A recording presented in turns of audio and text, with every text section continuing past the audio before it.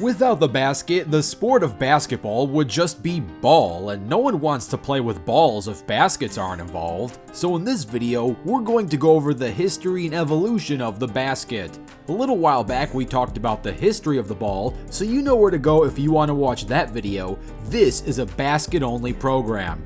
Basketball was invented in the winter of 1891. James Naismith wanted to invent a sport that can be played indoors during the winter time at YMCA, and so he did just that. He created the first basketball hoop with a broken peach basket that he placed 10 feet into the air. Why 10 feet, you might be wondering? Well, there's no significant reason for the sport itself. This was more so a coincidence, as he hung the peach baskets on the railing of the indoor running track at the YMCA gym in Springfield, Massachusetts, and that railing was 10 feet off the ground. Of course, that height stuck for the majority of its history, but what did change significantly is the basket. The baskets at or around this time had no hole and needed a ladder to be scooped out, or when they did add a hole a few years later, there was a tiny hole at the bottom that had to be poked out with a staff. By the year 1893, it was time to add a backboard, but the backboard was not invented for the players. It was invented to stop fans in the balcony from interfering with the ball.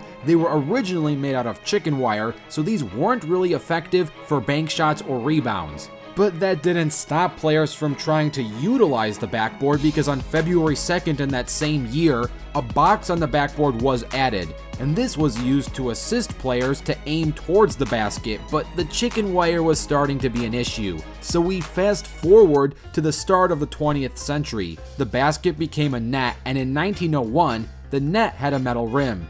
But the net also had no bottom, so after every shot was made, someone had to come and poke the ball out. And man, what the heck is chicken wire still doing here? Thankfully, by the year 1904, wooden boards became mandatory, and finally, by the year 1906, the grand invention of cutting a hole at the bottom came into fashion, and we got the first tangible net with a solid backboard. In 1909, glass boards became more and more common, and this newfound strength slowly but surely led to something you may know as the dunk.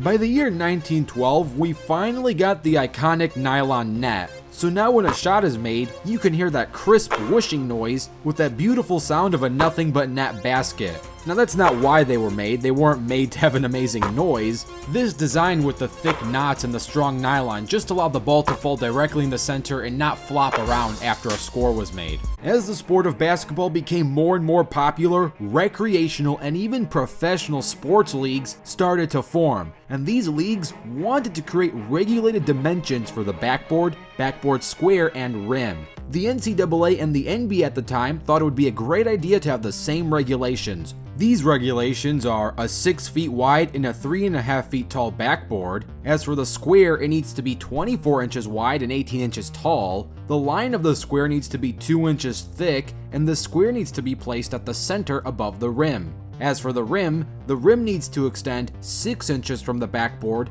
and the front part of the rim must be 24 inches from the backboard, which leaves an 18-inch diameter for the ball to fall through. This was the norm for the main bulk of basketball history, but during the 1950s, it was not uncommon for the hoops to be 12 feet tall instead of 10, even in the NBA. In 1954, the Hawks and Lakers played a game with 12-foot rims, and you can thank this achievement to NBA legend George Mikan. He was so good at the game, the league wanted to make it more of a challenge for him. But only the opposite happened. The shorter players had an even harder time scoring, and Mikan had no problem scoring on 12 feet. So the hoop returned to its 10 feet standard. Beyond that point, the hoop stayed relatively the same, but a lot of power dunkers kept breaking the hoops with their amazing dunks. So around the 80s, hydraulic systems were implemented into the hoop, so if they do crash, the hoop would come down slowly. This was a nice idea until a man named Shaquille O'Neal came to town.